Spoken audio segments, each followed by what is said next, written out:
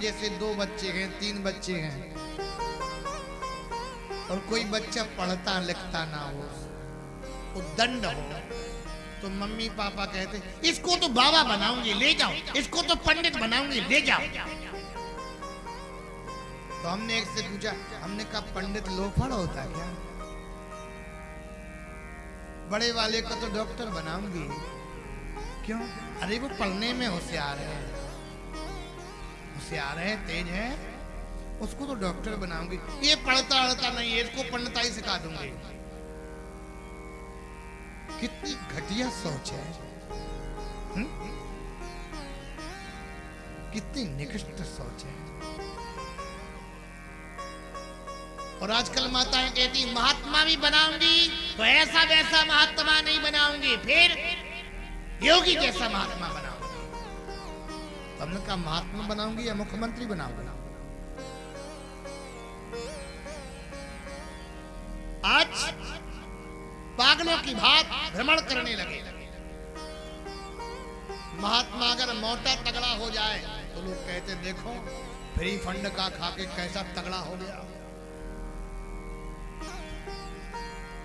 अगर कमजोर होता है तो कहता अरे ठीक नहीं होगा, ऐसे ही होगा।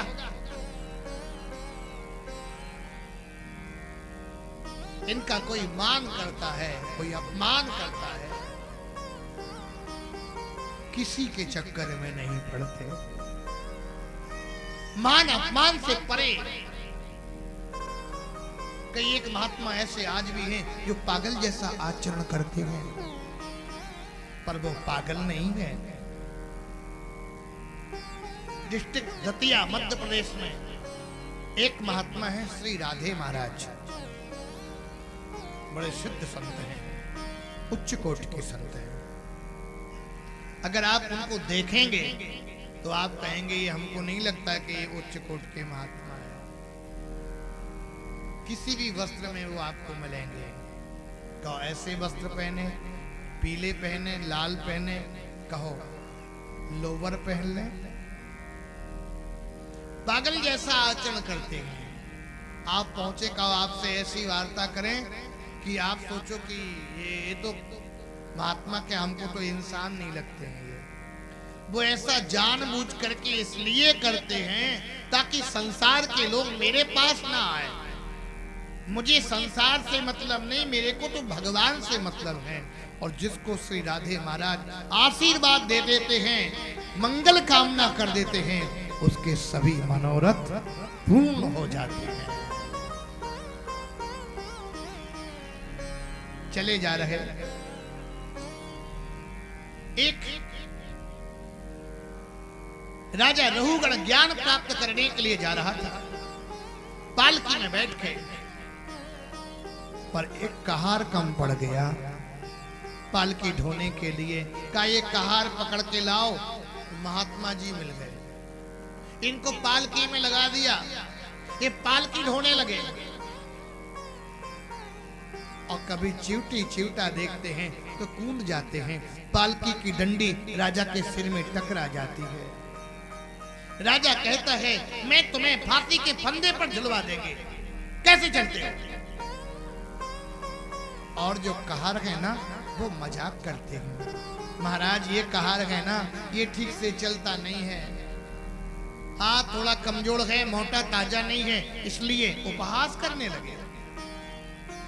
भरत मुनि ने सोचा जिसकी पालकी मैं ढोऊं और वो राजा नरकगामी हो जाए, ये राजा के लिए धिक्कार की बात नहीं है, ये मेरे लिए है।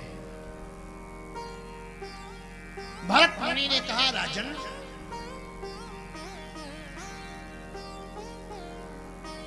दंड शरीर को दोगे या आत्मा को दोगे? आत्मा अजर है, अमर है।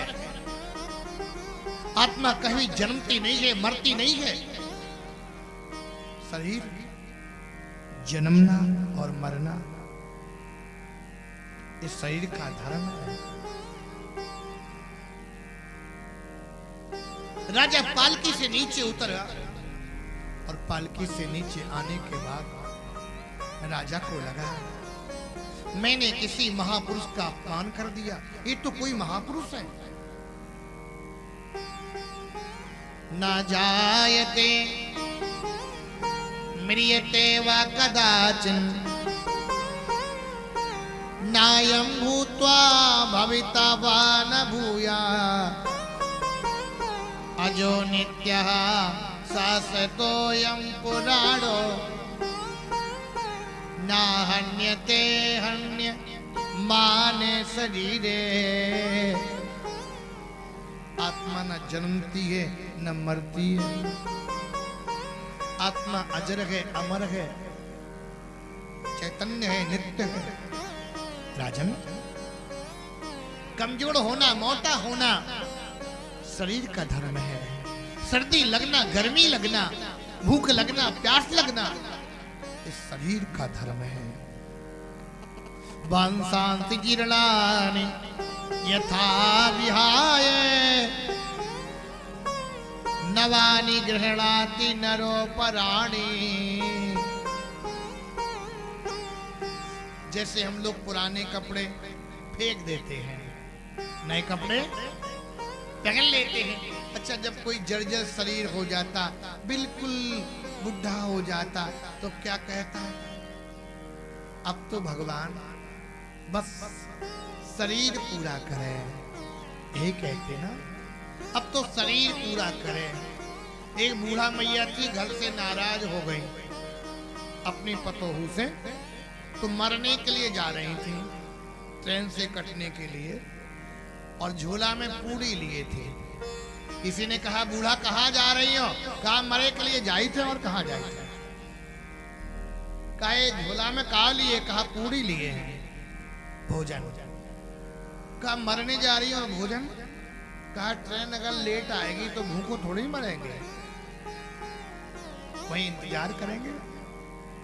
तो ये मरना हुआ, मरने का नाटक हुआ।